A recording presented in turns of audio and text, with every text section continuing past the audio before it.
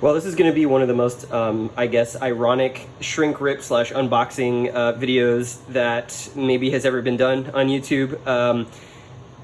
This just arrived in the mail today, and the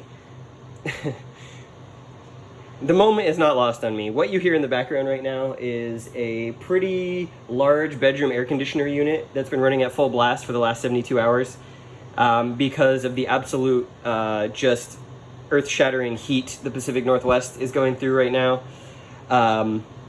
It's got me, more so than the heat, which is bad, but at least I have a room in the house that is, you know, not killing me. But literally my thermostats in other rooms of the house are like refusing to even display numbers anymore because it's so hot. And sort of the existential dread of the rapid unraveling of the planet's habitability and climate in the next several decades is really throwing me for a loop right now with just how devastating this heat is now and how much worse it's going to get in the future. So that's your extremely cheerful opening to this video about OCS the third winter, which right now feels like it may be the final winter ever, given how warm it is in here. But I thought I would just do a really quick shrink rip of this, show you what's inside, but also less so an unboxing and more what I plan to play out of this for the channel as soon as I can walk around in my house without suffering heat stroke. Because there's a lot of small scenarios in this package, even though you're talking about, sorry, that's a cat toy I was used to hold this up. You're talking about a really big 3-inch box. This is a huge boy in the OCS system. I'm very excited to get this on the table, both face-to-face and for the channel. So let's take a look at the goodies. I'm going to go through this quickly because there are other people out there doing better unboxings than I am, who have better equipment and gear and lighting, especially right now. But we're going to pull this off real fast. I'm going to go through it quickly. Inspection slip. The third winter game-specific rules. I've already seen, ooh, this is nice paper. Nice job, MMP. There are a couple people who've already done sort of overviews. Look at this full color with the illustrations. Look at this. This is the game-specific rules. This is fantastic. Nice job, MMP. Very cool. Oh, there's errata counters as well. I'll go over those in a second and let you know what the errata counters are for. You know what? Screw it. Let's go over it right now. So this is what's on the back of the game-specific rules, counter sheet 7. You've got a bunch of errata counters here, as well as some updates to the markers, which is kind of cool. But thought I'd just show you these in case you're curious. So Hungarian Rhapsody, there's a unit that looks like it needed to be corrected, so there's one corrected counter there. Smolensk, two German units had the wrong move mode, corrected there. Sicily 2, the missing MC202, so Sicily 2, it was missing an aircraft. This has been in other OCS games. I forget which ones this comes in, but I already have this in my Sicily 2 game from somewhere. Beyond the Rhine, again, they provided the Beyond the Rhine. There were like 8 or 12 counters that needed to be fixed or added, not fixed. Or sorry, these are the fixed counters. Actually, I'm not sure if I have these. I'm not sure if they've done these before. There's a couple of units that have fixed move modes. Down here is Beyond the Rhine, has like 8 or 12 new counters. This has come in a bunch of other games as well. I think now this is like my 3rd set of these Beyond the Rhine additional counters. I'd have to check that. Blitzkrieg Legend updates their unit size. Again, this is like super minor. It doesn't even affect the gameplay. It was just like they had the wrong unit size on them. So there's some corrected counters there. And then in this game, they've updated a couple of the markers, which is kind of interesting. So they've there's these, train busting. You saw me do that a couple times in Sicily. Basically, it interdicts train and road movement. I guess some people complain that train busting is not a term that should be used. It should be called interdiction. So they've updated the counters to say interdiction rather than train busting. Okay, cool. Same rules and everything.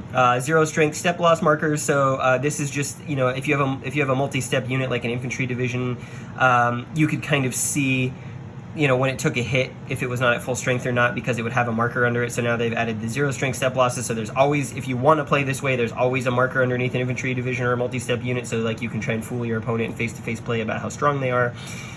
And then they talk about they talked about making the railhead markers different colors now, so you can tell whose railhead is where. So the Soviet colored railheads and German colored railheads. There's a new mix of supply points counters, so just the proportion is different in this game. And there are no packs in packs or equipment replacement units, because apparently these are not used in Beyond Hungarian Rhapsody or the Third Winter, which is kind of interesting. So, you know, obviously I still have a giant pile of them, but you don't need them because of the RVGK stuff, I believe. So there you go. I'll show you the counters real quick and then we're out. There's your new interdiction markers, in case you're curious what they look like instead of train busting. There are your new railhead markers in different colors. And then you've got, let's see if I can find them. Yeah, so here you've got Blitzkrieg Legend corrected counters, Beyond the Rhine. And actually, you know what? These might be additions. I said that this is a new set of the Beyond the Rhine errata stuff. It is not. These look like new additions to the game. So that's pretty nice. Because I don't believe, this is all anti-tank stuff, and there's a couple Canadian anti-tank. So these must be new.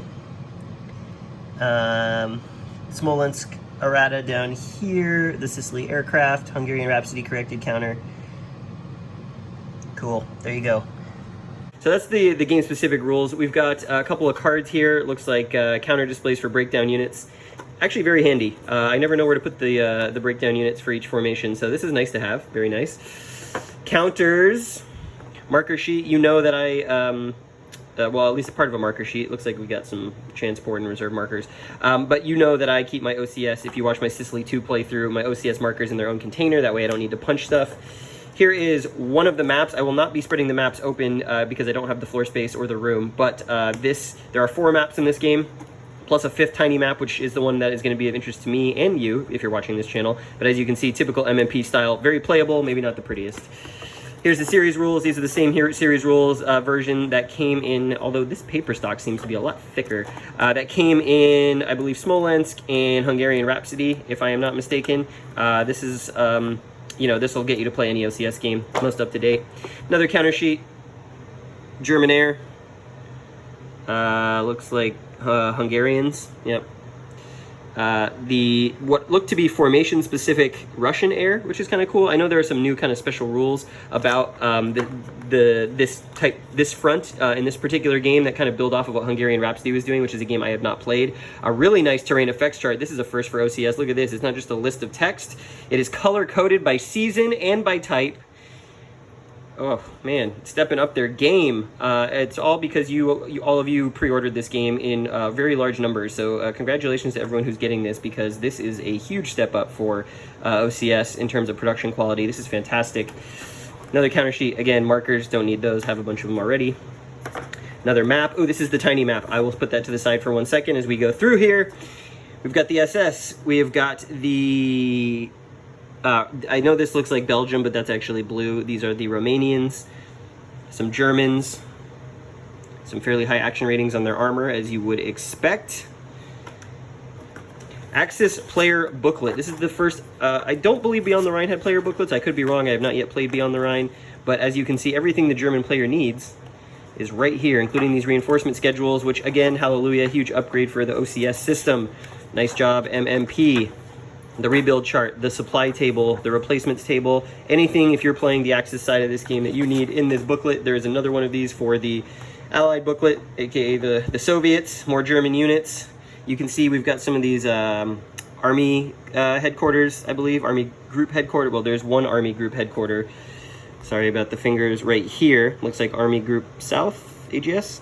Some Army headquarters, Army level. That's new to the series, or at least new to me because I have not played Hungarian Rhapsody.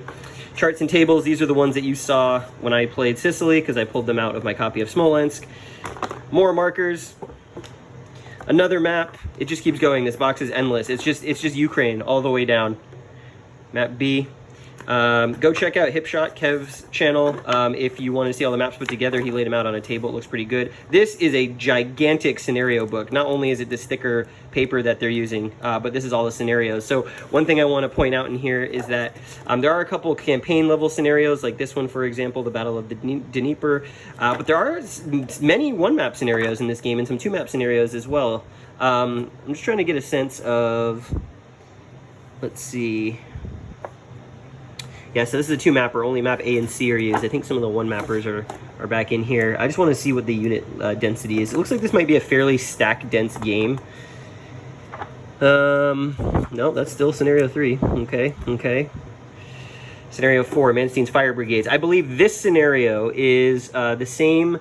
If you bought Panzer Battles SCS game. I believe this covers that particular part of this campaign in the OCS system. This is only map A, so it's a one mapper. So if you wanted to have Panzer Battles at one map scale, this with slightly more more complex rules, not slightly, then this would be for you here. But that's great. Love the one map scenarios. Doesn't look too bad. I mean, this looks probably like this is just the Soviet setup here. All these units, so it's a lot of units. And here is the Axis setup info. So here's all their units. Maybe, you know, it's playable for sure, but it's still kind of a big undertaking. Air bases and whatnot.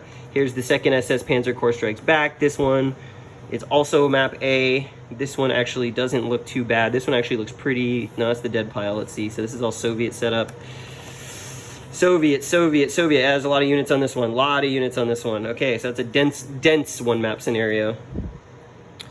What else we got? The Romanian finish. So this is the very end of the Ukrainian campaign. Talking about 6 turns. So that's pretty. You could probably finish that in a day, half a day, if you're a good fast OCS player. Only map C is used. Dead pile. Soviets units. Yeah, still a lot of units. So this is going to be a fairly counter-dense game, but you know, lots of smaller scenarios. You know, which is nice. I mean, any of these one-map scenarios are like essentially a full game, right? So, Axis setup. That's the scenario book. You've seen enough of that. More counters. These are the Russians.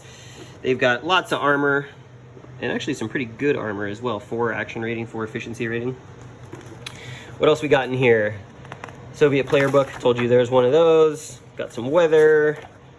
Yeah, that's pretty nice. Got more Soviets. Just endless. This box just keeps going. Boom. More charts and tables, obviously, same as before. Here is the map C, so that's going to take you down towards the Black Sea. Nice. More Soviets. Headquarters. Armor. Ooh, look at that. Some 5 action rating Soviet armor. That's pretty nice. Make for a better contest. Another terrain effects chart. Very nice to include 2 of those. The 4th map down in here, this is collated quite like a sandwich, like a war game sandwich of joy.